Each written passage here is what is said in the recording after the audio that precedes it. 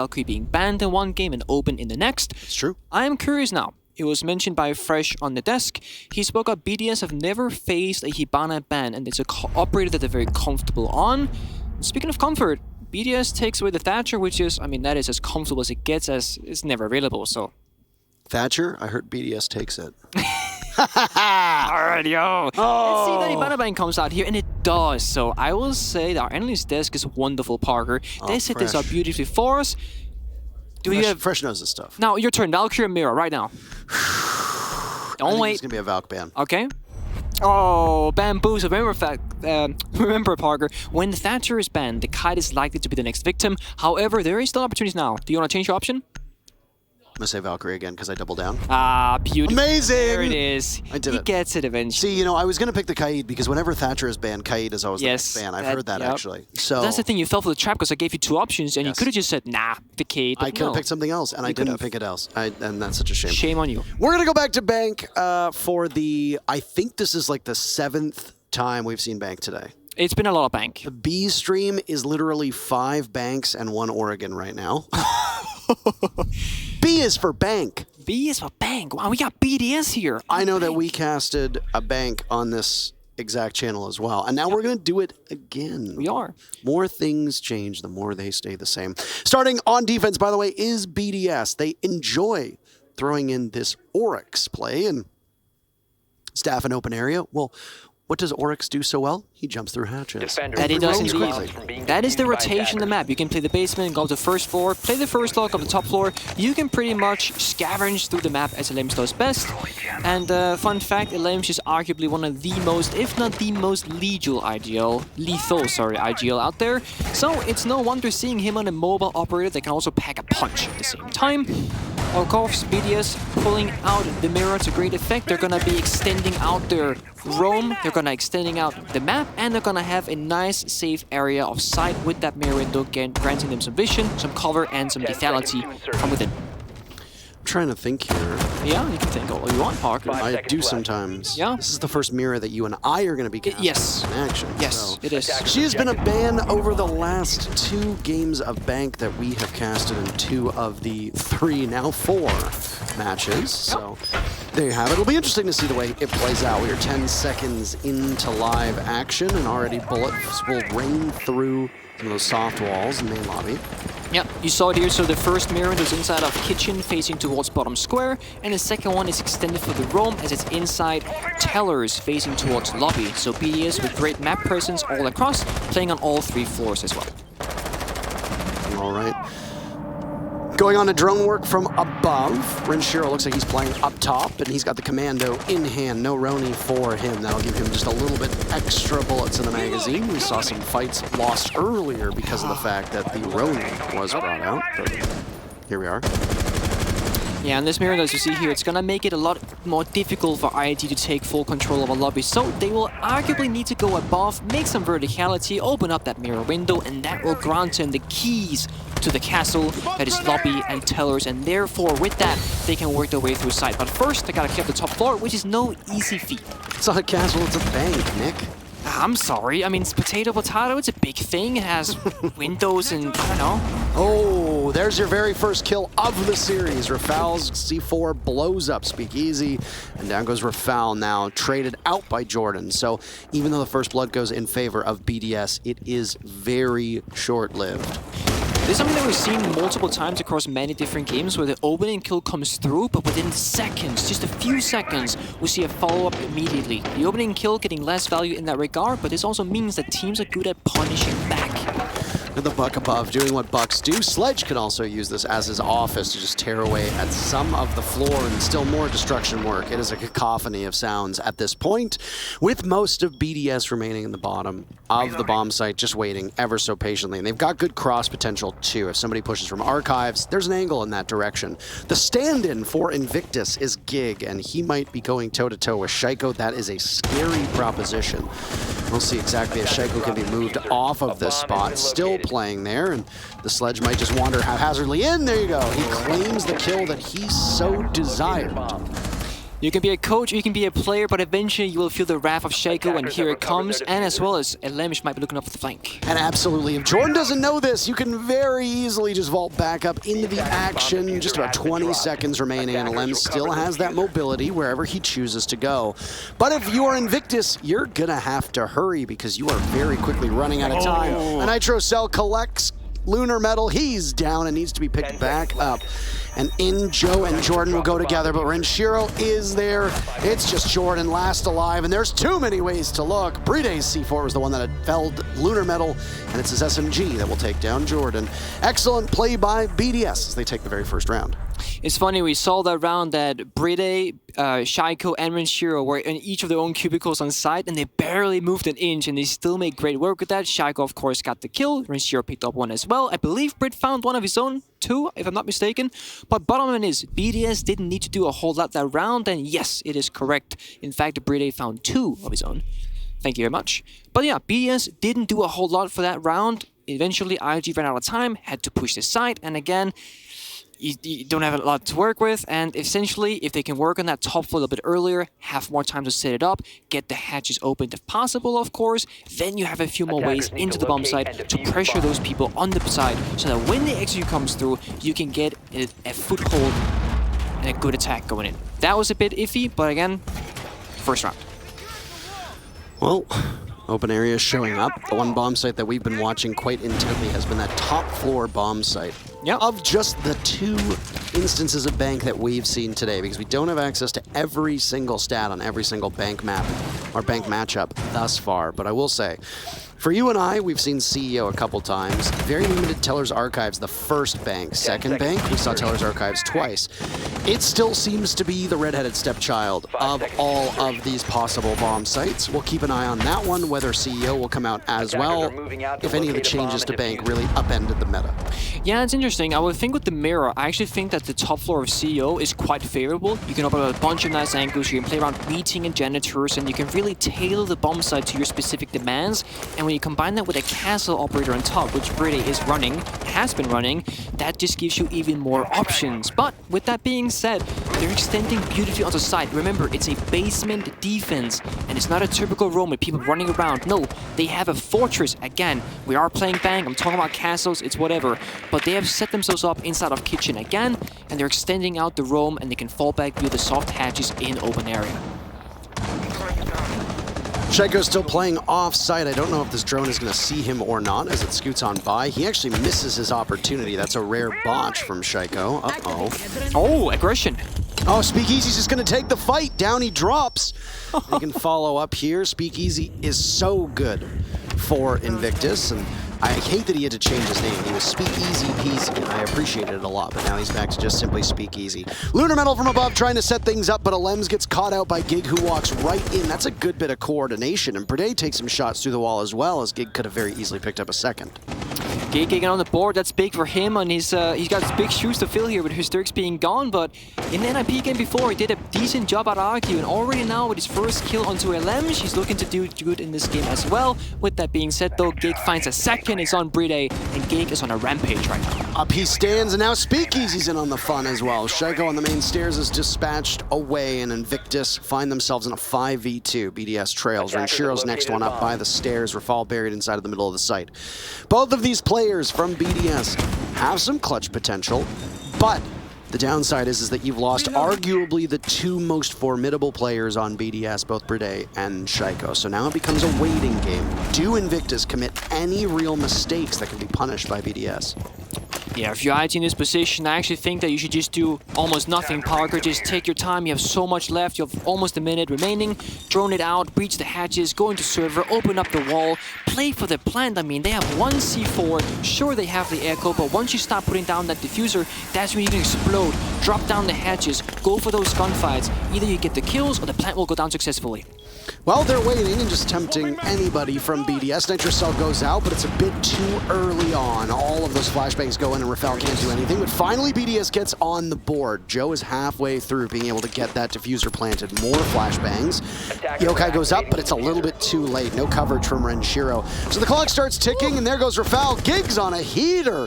Who is this guy? 3 kills? How about 4? A quad from the coach himself, and Invictus takes the second round. When he got his second kill, I said a rampage, and I was like, maybe I called that too early, but he did not disappoint. He dropped 2 more further in that round, and IG played that round to near perfection in the stage 3 and execute. They went for the plant once the C4 came out a little bit too early, as you mentioned. It missed, did not hit the mark, and when the issue came through, they started tossing flashbangs into red, forcing the mirror away from the mirror window. She had no C4, could not toss it, and Gig dropped the backside hatches and stabbed them from behind. Beautifully done by IG. So with that said, that's I think you could say a relatively routine take on to red, especially if a team you know is going to use their nitro cells on defense to try and stop the default plant that went down by Jordan in the right spot, or by Joe rather, in the right spot. Joe. Yeah, Joe and Jordan. Joe and Jordan, they're different. Yeah, I see the names and I'm like, oh, J.O.'s the start of Jordan. Yeah. And I'm wrong. It is what it is, Parker. You're doing a great job so far. I'm doing a great job so far. You are doing a great job so far. Thank you, sweetie.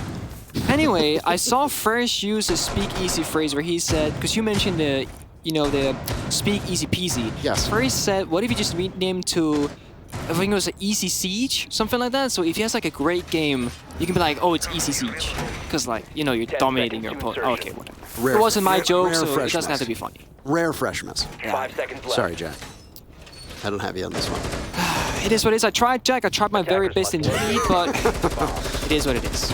I will say he's also making his debut here at a major. Obviously, he's an EUL analyst, but he's working his first big event, and I think he's done exceptional as well. So, great guy all around, super helpful. I will say my first time here, everyone is super kind, super sweet, and super helpful. Not share their information and their knowledge, nor their feedback. So for that, I'm eternally grateful, Parker. As am I. That said, we're now 30 seconds into round number 3, and BDS remains on defense. Bank has very much skewed towards the attackers thus far, and, well, Invictus just picked up their first attacking round. They've done some significant damage to Alem, so they could start off well again.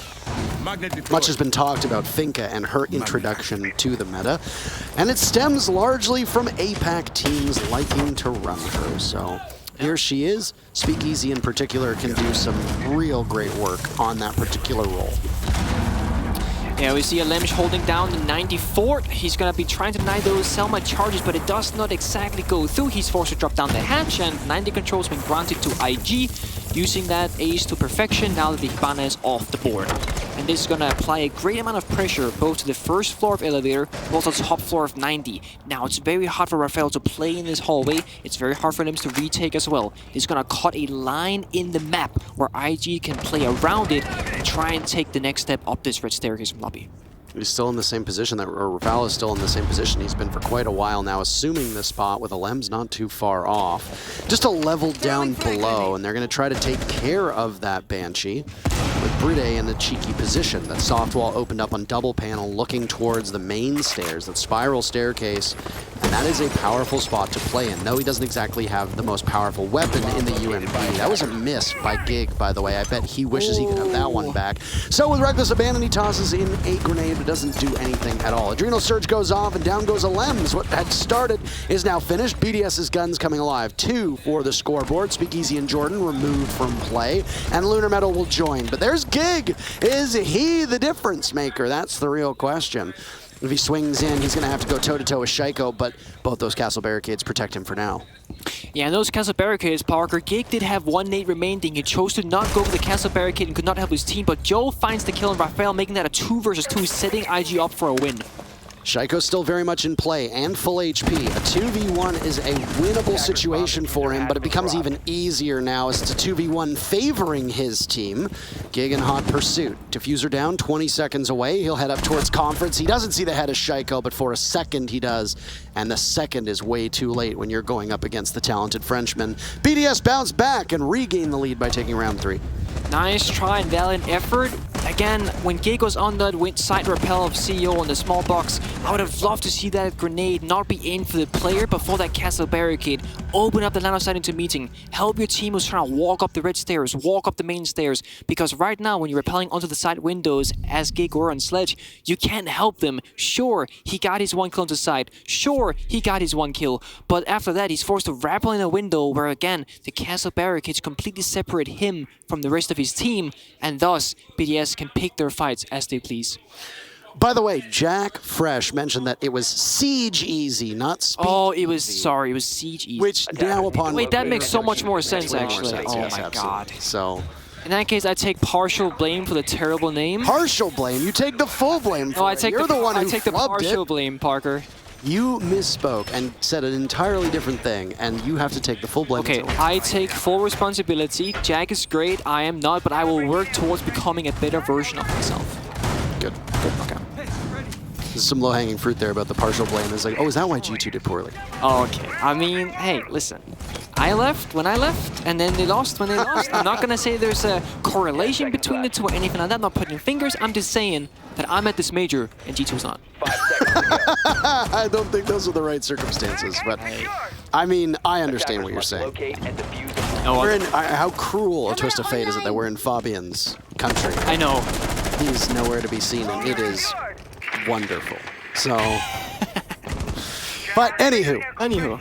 Round number 4, and back to open area they will go. This is where BDS started things off, and the struggles that Invictus had will need to be fixed. They were not particularly good on entry, and through the roam clear, they got gunned down, and it's not going to get any better this time. Speakeasy's the first casualty of the round.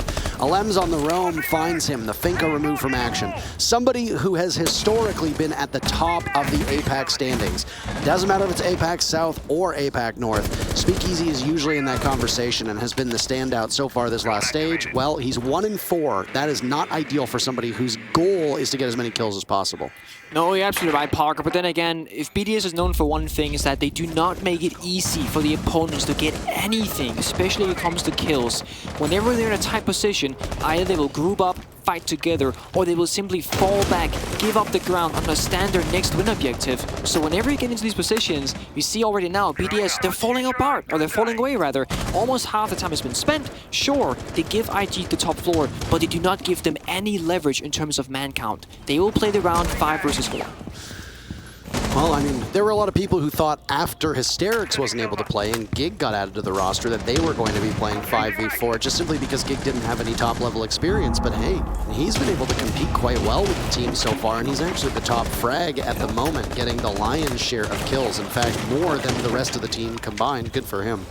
Very good for him indeed, and I think something could be said that if Gig can find his footing early on, I think that's the best way for IG to get success. Not having to have, let's say, quote-unquote, dead weight on your shoulders. He's pulling his part, Parker.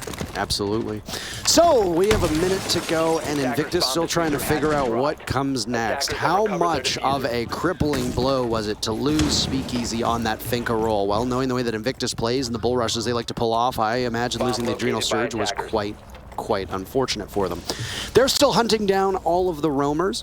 I don't think they know where Alems is positioned over by blue. They have a sinking feeling, and Jordan's just gonna run right at him. That is not ideal, and case control with Alems picking up 3 big kills, still in the same position. It's incumbent upon Invictus to go grab that diffuser as quickly as they can, and well, tick-tock, 30 seconds left, and you are miles away. But like that, it seems like BDS is just gonna get aggressive and take the fight to them. Don't get too over-eager, because you've still got a job to do. Alem's getting back to the bomb site, leaving very little time, and Invictus will scamper on over. Nice play by Joe, but he's got 10 seconds to get that case he just retrieved back to the bomb site. And this is a tall order. Down goes Gig, and Joe will walk right in. It's a 4K for Alems. Very narrowly an ace, but it's denied all the same. 3-1 for BDS. Yeah, we see we see Alems in the player canvas being hyped up as always, and that's always great to see. As you said, almost an ace for him. He got the 4K. It almost seemed like IG was like like somewhat of an idea that Alems was creeping up those server stairs. But then, as you said that, We see Jordan just fully sprinting with Diffuser into the arms of Elame. He picks 2 kills off of the Thermite and the Buck, and BDS practically wins the round off that play. Not exactly sure what was going on. There was a drone right next to the door that could have been used to check the staircase for Jordan. And even then, if you're gonna run in, have your gun up, or at the very least, drop the Diffuser in a safe position so that you can retrieve it if you need to. Call it the lion's den when you drop the diffuser right in the midst of your opponents, because you literally have to go into a den of lions to retrieve it. Possibly the worst place, and anybody who's played ranked knows very well that experience of seeing somebody on the other side of the map dying while they just camped the diffuser. So not an ideal spot to find yourself in. CCTV down below along with walkers. That's the bomb site that we will go to. So far, there has been no Teller's Archives, and this is in keeping with what we've seen earlier. It is very rarely played by teams. Open area has become the new site to hold on to, which wasn't the way that Old Bank played out. Teller's Archives was often seen as one of the go-tos other than CEO upstairs. So small changes, and of course the addition of new operators will change the ebb and flow of a map. Absolutely true, Parker. And I think the issue with Archives Tiller is just that the second the attackers get control over upstairs, which is very difficult to hold when it's not the bomb site, once the vertical comes through, you just have nowhere to play, and you end up playing an open area regardless. So why not just play the open area bomb site and you can play it like it's the actual bomb site? That way, safe is safer, you're safer, and the top floor vertical doesn't get as much value for the attackers. So wise choice to go open area, and I'll also say that BDS have been playing this mirror to near perfection, and they seem extremely comfortable around how the operator works. Absolutely. And like we said, this is the first time that you and I are casting a match with Mira available here on Bank today. So that is something also that we can look back on, as BDS after this round will have one more to go. Now, we talk about this. This is an attacker-sided map by and large, but maybe having Mira in play completely upends that. Maybe it makes it so that defenders have a better chance. That's something we'll have to watch when Invictus goes on the defense. It certainly is, and the question comes, can IG play the same style of Mira and to the same level of expertise? Because the Mira can actually hurt you if you misposition them or just don't understand exactly how to play around them. It's the reason why on some maps like Coastline, even though the Mira is open, you don't typically see it very often, because if you go below the bomb site, you buck up through the floor, you open the mirror, now you got another angle to worry about also. Well, only 2 of those exothermic charges that can be used appropriately. No can openers / secondary hard breach gadgets, though you do have an ace, so those Salmas can be tossed down, but you don't necessarily want to use them on a hatch. They're not exactly the most efficient way to open them up. So you use 2 of the exothermic charges, maybe save the Salmas for one of the panels leading into the bomb site. Need I remind you, it is a CCTV lockers defense, and there's been almost no action thus far. Very little roam presence or map control for BDS, barring the site. Yeah, I'm curious if IG has any plans of trying to take server anytime soon, because they could try and use the Selma charges on the mirror window itself, assuming that they have to nade the mute jammer behind it, but it's always an option. But the way it looks right now, BDS has control of most things besides the hedge drops on backside. And there's one of the adrenal surges off as well, so Speakeasy knows something, or at least gets a call as Rafal's taking some damage from Gig. He's got backup Joe right next to him. They can begin to pressure this window leading into the back of lockers, but they're all positioned towards the back of the bomb site. Shaiko in particular, who finds Lunar Metal. Another kill could be within his grasps if he looks the right direction. You got smokes primed and ready, but a nitro cell is there that could potentially greet it. A flash goes out. Renshiro, unsure if he's blinded or not, waiting ever so patiently. Gig goes down. There goes a Lems, but Joe falls as well. Jordan survives the nitro cell, and it takes out Renshiro to boot, but he's dropped down for the count. Speakeasy will need to clean up. Brede and Shaiko await him, but 2 seconds left. He's not making it to either of them. He makes up Brede, nice kill, but ultimately it's for naught. And that's the round in favor of BDS. They're up 4-1. Yeah, Speakeasy gets some kills to pad his stats, but honestly, when I saw him inside the server tunnel, I was thinking this flank could be monumental for IG, but it turns out that Speakeasy was the last guy to get contact with BDS, where if you're going to be the flanker, it's very important that you're not the last of the party, because if you are, that means there's no one else to assist with the flank, and since you're not the main push, it means you don't have diffuser. So, essentially, if Speakeasy could have walked in a little bit earlier and created the chaos on both sides, perhaps IG's position would have been a little bit different. Do you think we see IG take a timeout at any point, or do you think it's kind of foolish, given the fact that their coach is actively playing? I think they're sending it, Parker. I mean, they did have that Siege.gg article where they spoke about, we have a strat book, we threw it in the trash, and we're just winging it, going with it, and feeling it out. And I think that's what they're going to continue with. maybe if they start winning, or maybe if they go side swap, they want to refreshen up on their strats, or maybe they'll discuss, do we show strats, do we just take the loss, whatever it might be. Because remember, you gotta play the long game in the group stage. You can't show it all on your first day. And, well, IG, they've been looking okay today so far. They are up against BDS, of course, which is no easy task. I would argue that BDS is looking to be the best team in the world. As a biased European myself, of course, but I do think that's a factual statement. Not world champions. Not world champions. More so in the sense that they seem to be the most flourished, completely fulfilled, full package deal that you can get. The players, the strategy, the lack of weaknesses, the improvement, and the consistency that we see from them. Remind everybody that the world champions are only awarded at the end of the 6th invitation. That is very true. Yes.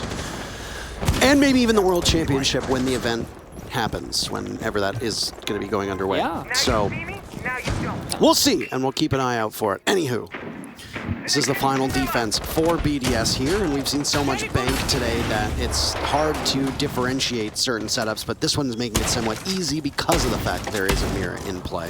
Yep, that is very true, Parker, and this is what I wanted to see, the CEO defense with the mirror windows. You can tail the side as you want, you can do great stuff with that, and with the castle as well as we see, you can just make it tailored to perfection. And we're gonna see a similar fashion by IG. They're gonna clear the 90, there's a beautiful nade, gets the 90 wall open, get that elevator wall open as well, so similar attack as previously. And that was Gig with the nade as well, so even if he's not necessarily a player, he can shoot, he can throw. He can definitely line things up, so kudos to him for that. Alem's playing behind this mirror window inside of conference, still in the same spot. They've alleviated some of the pressure on behalf of Invictus by taking out those double panel walls. We cheekily referred to them as Kanto spot. Yep. Out goes the bulletproof camera that was also down by the main teller desk. Keep an eye on Limsh here because he'll have to deal with the verticality of Speakeasy coming in very soon, and he's in mirror window facing red stairs. And Limsh's position here is key, and it's assisted by no other person than Shaiko. There's an adrenal surge that'll go off as well. 2 more adrenaline surges for Speakeasy as he heads up to the spam mark on the ground, or the yellow ping as you want to call it. Still playing off that angle. The one thing I will say about Invictus is they've been quite slow almost every single round. Now maybe that's just that they don't like playing bank necessarily, or maybe that BDS is holding them at bay. But with how the attackers have been quick in every other bank we've seen today, you would suspect they would be a little bit faster to take some map control. Alas, not to be. A grenade gets tossed out by Speakeasy with 50 seconds remaining, and once again, they're still plotting down below, but the first bit of action comes with Rashiro taking out Gig. Yeah, Pargrin, yes, IG have been kind of slow, but if you look at the situation at hand with the castles and the mirrors and the bulletproofs, it's a very complex way to go about this, and IG does not have any smoke grenades to cut off these lines of sight. They're going to take raw gunfights, and Limsh finds Speakeasy, but Joe and this repel cannot help his team much, Parker. Jordan gets 1, so that's the very first kill, but Lunar Metal is also down, leaving Jordan and Joe to work together hand in hand. 20 seconds to go. There's an exothermic charge to go off. Shooting through some of the soft wall to give themselves a better angle. Yeah, but look at this. Joe's in the roof, last man standing, cannot help his team. Drops down a Scala to try and find something to do, but gets shut down by a Limsh. Yeah, that's a bit rough. Time is of the essence, time was not spent efficiently, and IG ultimately falls. Now we get the side swap, and IG will have to be in command, using that mirror to full effect. Yeah, that was a commanding performance by BDS. Exceptionally done, and rebuffing them every step of the way. Now Invictus goes on to what we widely consider to be the harder side of Bank, and it doesn't certainly seem that way if you've been watching BDS play. The bad news for Invictus is that Gig, after starting off strongly as he did, has fallen off, and the rest of the team has not really been there to pick up the pieces. At one point, there was 9 kills between the entire team. Now they're at 16, so only 7 kills over a couple rounds. Not particularly good, especially when you're going up against a foe like BDS, who is so strong and capable. Every single player on BDS can top frag quite effectively. They definitely can, and if you look at it right now, the lowest fragging player from BDS sitting on 4th, that is Raphael, Renshiro, and Shaiko, and the highest person in the house is Lemch on 7. So there's only a 3 kill difference between the top and bottom of BDS, meaning every single player is putting in just about the same amount of gunning effort. And that means that if you take down one player, there's 4 other more to go just like him. Whereas, in this case, you know, you had Speakeasy struggling in the beginning, he found some exit kills, he's now sitting on 4 before he was on a single kill. Lunar Metal yet to find the kill himself, so there's a bit of a different gun value on the side of IG. Attacker's objective is to locate a bomb. All right, well, Lunar Metal down below still searching for his very first kill. He's the only player that hasn't been able to do that just yet. That's a tough spot to begin. Lunar Metal in particular brings a lot of intangibles to this team. That's something that we've talked about in all of our matches today, Nick. Yep. Is that there are contributions that are made that aren't necessarily on the score sheet, and oh my goodness, Speakeasy, what were you trying to do there? I don't know. Sure. But you get picked off by Playday pretty quickly. BDS has a very early advantage, and it's not traded off. BDS looking to go for the throat here, and match point is potentially within their grasps. Yeah, you see the difference in the BDS setup on defense versus IG is that BDS would use a mirror window here to establish some sort of safety net that they could play around, but Invictus do not have that. They have him on cam, so we'll watch the Oryx as he roams and grazes the wild beast himself, searching the highlands, and he's gone. The fastest operator in the game, technically, at full speed, and Lunar Metal is still roaming down below inside of Archives. They can find him at some point, and they are in hot pursuit of him, but they are not going to get there just yet. They have other things to do. This is a bottom floor defense for those that are curious and haven't seen CCTV and Locker, and down goes Lunar Metal. So they managed to secure the kill on the Oryx. That's Shaiko credited with it, and I mean, Shaiko's been having a good day, but no better than the rest of the team. Alems, in particular, has been a standout performer. He takes down Gig before Jordan ends any potential there for more than one. But Jordan and Joe are the last two. How similar a refrain this is to rounds previously, where they have to work together to go against the whole brunt of BDS. Yeah, you know, IG is kind of runs a situation where they're like, oh, we roamed on basement defense. And you ask them, but what did it cost? And you go, everything. 3 players fell apart. It's Joe and Jordan once again, the duo to do it all, but also to do none, because they have yet to find success together. Hopefully this round they can show us some flair, as they need to find 4 members of BDS to swing this round in their own favor. I don't know if Joe realizes how close the Shaiko show was to rolling up on his front door, but there you have it. The soft hatch opened up, and the hatch by server left soft is not abnormal, but isn't something you see all the time. The thing is with Joe's attention elsewhere, it leaves Jordan as the sole player on site to look after the 3 who will inevitably come after him. And Joe decides, well, probably the right move, making some calculus. We gotta go for broke. We're running out of time. We are outmanned and outgunned. But it doesn't matter because you die, and then so does Jordan. It's 6-1 for BDS. Yeah, and again, you compare the teamwork on the roam game, the full commitment, using the mirror as a fortress on the map to slow down the attackers. BDS have so much time, so much freedom. They're not getting challenged on their entries.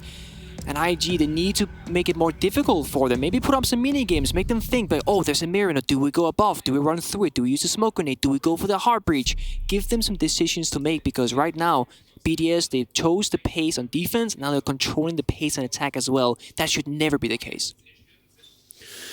Oh my, and no timeout being taken, by the way, as we speculated. They're just going full send. They are. So, hey, I mean, that's just the way it goes. A bit of a disappointing bounce back from Invictus after their earlier matchup was significantly closer against Ninjas in Pajamas, but maybe they just match up more favorably to NIP. And one thing I have found is APAC teams do match up decently well to LATAM teams. Yeah. So it's entirely possible that Invictus came out guns a-blazing against NIP, caught NIP off guard.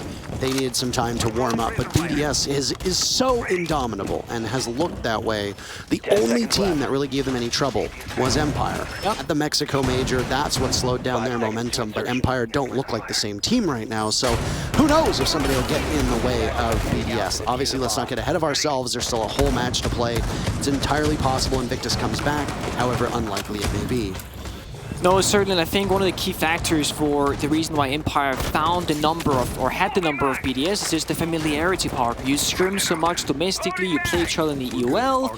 That's not the case for RG. They're going in, first of all, without their main player, Hysterics, and second of all, they've never really played BDS at this stage, right? So what can you expect? I mean, it's a very tough match for them, and it is probably the most difficult opponent that they've played this entire tournament, arguably.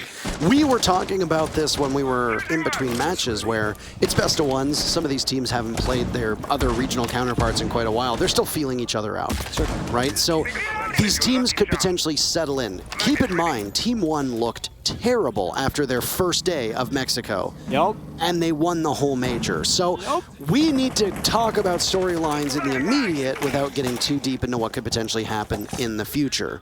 Certainly, you never know what happens. Maybe tomorrow BDS just gets completely nullified by most teams in their group that they play tomorrow. Maybe they keep up a streak as they have been and as we expect, but we never know what to come, and that's why it's so exciting. Although, I did wish we had seen less Bang today, but there's always a day tomorrow. Hey, I mean, Michael and I had to cast 4 straight matches of Consulate at the Mexico Major, and then got one of the best consulates after that in our 5th consulate in like 6 maps. So sometimes that's just the roll of the dice that they give you. Alems, by the way, is the first casualty, the first domino to fall for BDS. Invictus will need to look for more if they want to stay alive in this map. They were unsuccessful in their first matchup against NIP. They're looking to get some points on the board. BDS are a tough team. Everybody will tell you that. Europe will tell you that, how much of a nightmare it is. But Invictus certainly have their hands full. Certainly, and if you notice that actually, the player that was on the side rappel, I believe it was Renshiro onto CO, he actually got rid of that castle barricade in the double window, allowing that line of sight into meeting and pressuring the side, and that's exactly what IG did not do when they were on attack. So BDS, they understand what they want, they understand what they need, and Renshiro making a great work of that window rappel. Grenade from below from Shaiko, but Rafal gets the kill onto Gig. How quiet Gig has gone. At one point, I think he was 5-2, now 5-7. Now the mighty have fallen. Sets us up for the execute Nick with 30 seconds remaining, and they'll try to burn through utility, but Renshiro goes down. What is this? Life on behalf of IG, and Joe picks up 3 big kills, leaving Rafal on the back of the map with 20 seconds left. They know where he is. He's got the lone kill for BDS, but it seems unlikely that he'll be able to get that much more. And no, Speakeasy picks one up. And you can see, even when they win, the celebration is quite low for Invictus. I mean, they got a long way to go, Parker. Like, this one round is not going to make or break a difference unless we talk tiebreakers at the end of the group stage. They know that they're going to win many, many more rounds to go and bring it all the way into overtime just to have a chance to swing it in their favor and win the entire thing. Well, that settles the top floor. For CEO.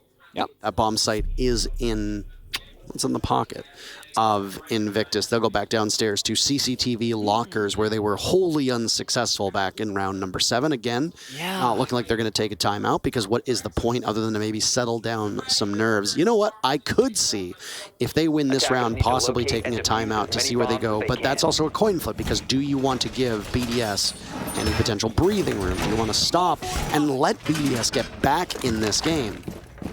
It's hard to say, Parker, but I think the thing is, if you win this round and it goes 6-3, I think you as IG benefit more from the timeout than the potential of BDS. They're already at match point. They know what they want from this game, and if IG wants to figure that out for themselves, they should take the timeout, I think, in that case. However, I would love to see the mirror being utilized also in their basement, because it's such a strong operator. It makes the basement side much harder to attack. But no, that's not the case. They got the pulse instead, and they got a soft roam at the minute, just looking for some drones. They do have the smoke, which I love. But the echo in this case, we saw BDS try it as well. It doesn't grant you the most beneficial factor, as it's really difficult to maneuver those drones around with those hatches being opened. Yeah. Instead, Invictus is going to go with a lineup that looks a little bit more similar. We're going to see the smoke, the Jaeger, and the pulse come out. Echo used to have a pretty large impact on this bomb site too, so those will be available. But how will BDS react to that? They've got an off-site scouting yokai here, and Rafal will get under fire very quickly, and very narrowly taking out some members of Invictus. Nobody really dealing any damage.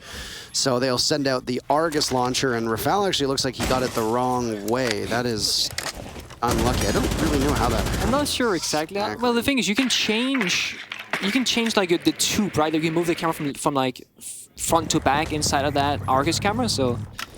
I believe. Pretty sure you can do that. Who knows? Anyway, Jordan scouting for information. I don't think... I might have missed him, but I don't think IG had a rotate on red on side here.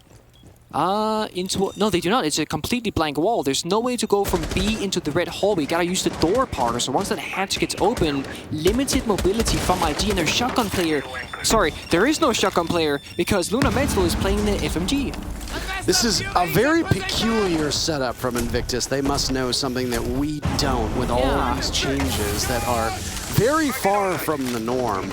So they'll toss one of those marigold-covered smokes, saffron smoke, whatever color you want to call it.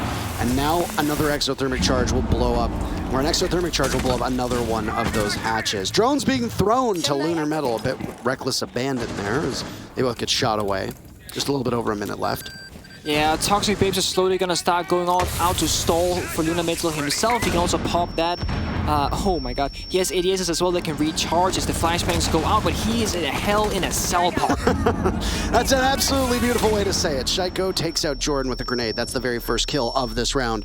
Potentially 4 more to follow will seal the deal for the EU team to go perfect on the day. Lunar Metal at the top of blue and then another down below, but there you go. You can see why that's so impactful. The Flores drone goes off, another one lined up, but Alems is too much to handle. He's got control of blue and Gig is his next target. Down at the bottom, a drone is there. Do they know that Gig is positioned? Yes, they do. Damage from Alems, and he's just simply better, and he takes advantage of the fact that it's Gig, that inexperience coming out in spades. Both grenades from Shaiko working well, leaving Speakeasy in a 1v3. That's actually a 1v2, as technically Rafael is down. He'll get picked right back up, as there's 20 seconds left. BDS need to understand what to do with Lunar Metal, or with Speakeasy rather, who is currently inside of red. Still playing off of this, it doesn't seem like there are yokais to do any work. Oh no, there is! He pulls it off at the last second, does some disorienting, and will now need to take the engagement. This is huge clutch potential, and he tries to start. There's only one to go. Holy hell, he pulls it off. Speakeasy with a huge 3-piece, and he gets the diffuser as well to keep Invictus in this. Speakeasy with no rotate in towards the side. Parker has to go through a door with 2 guns in his face, and he somehow still comes out on top. Incredible. And obviously, he's going to be overjoyed with that one. There's a reason why we talk about Speakeasy so much, Nick, and that kind of play is exactly it. From 5 and 6 to 8 and 6, playing off of the yokai at the last second, realizing I have utility, I can use it. Really, really wonderful stuff. Yeah. I'd love to see a good clutch, Parker. And at first I was like, oh no, please not a yokai clutch where you plan on 0 seconds. And Speaky said, you know what, I'm not going to give you that. I'm just going to walk in there, get 2 headshots, find the 3rd on his rotate, and then take the round. 6-3 for IG. More like Siege Easy. More like, yeah, Parker. More like Siege Easy for Speakeasy. More like Siege Easy. I had to do it. I had no choice. Attackers need to locate Absolutely. as many bombs as they We're can. going back to open area. This is like the fan favorite. Like every team loves this bomb site, and most teams have found great success here as well. Again, no mirror. I feel like a broken record, but I would love to see the mirror coming out. Although, with IG finding success without it, maybe it's fine not to play it. But this time around, Parker, they did bring a shotgun both on the castle and on Jordan on the mute. So, rotates will be made this time. Well, Invictus have suddenly been able to put this one a little bit closer. I don't want to start talking about BDS falling off just yet. Do it. Come on. See what happens. No. Heston. They'll get so angry at me. Caliber Jacob will have to make a video about it. Yeah, but who doesn't love Siege content, Parker? That's true. That is true. And I do enjoy Caliber Jacob's content, though I'd never tell him that. So this is a secret. Never should. This is, you know what? Never should. Let's keep this a secret between you and I. Back. The one thing to keep in mind for Invictus is that in any tiebreaker scenarios, Nick, Invictus needs to pick up as many rounds as is possible. They were able to do that against NIP. They had a 5-1 lead. They squandered it, but they still walked away with those 5 rounds. Yeah. In this case, against BDS, the more rounds that Invictus puts up, win or lose, that's going to help them deeper into this group when ultimately, who ends up winning? Is NIP going to take it? Is Sonics going to take it? We don't know. It's entirely possible that if NIP don't have the best performance and the Sonics show up the same way they did against BDS, that those points, those rounds from Invictus can go the distance. Gig finally getting a kill for the first time in 5 rounds or something along those lines. Guns down Rafal, and this is the life that Invictus needs. Yeah, it's very true, Parker. Receiver and Sheer again doing great work of those pesky castle barricades that are inside those double windows. Again, allowing the line of sight to help clear out these roamers. BDS will slowly start making their way as they want to gain more map control. They haven't gained a whole lot this time. IG holding their ground this time, and even found the kill to Raphael. So yeah, doing a good job so far.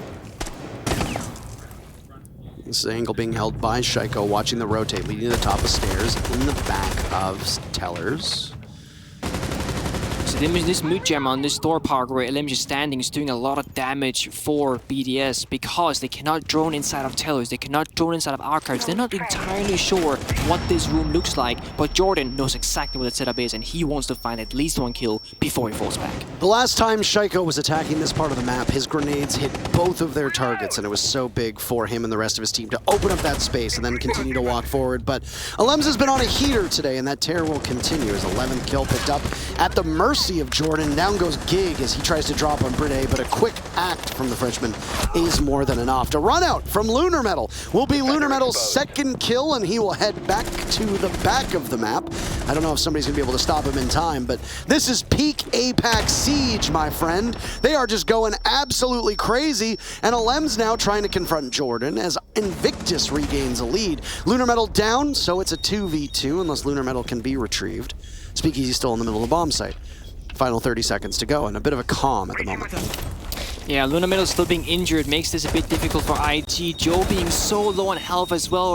Limbs can easily make use of that, and he does. He finds the guy with the most health, leaving just Joe with a sliver of health himself. 1 versus 2 with 10 seconds left on the clock, but Brady says, no, we take the round, we take the map, and BDS with a great first day of the major. BDS takes it. What can you say, right? 2-0, only dropping a couple rounds over those two matches. First against the Sonics and now against Invictus.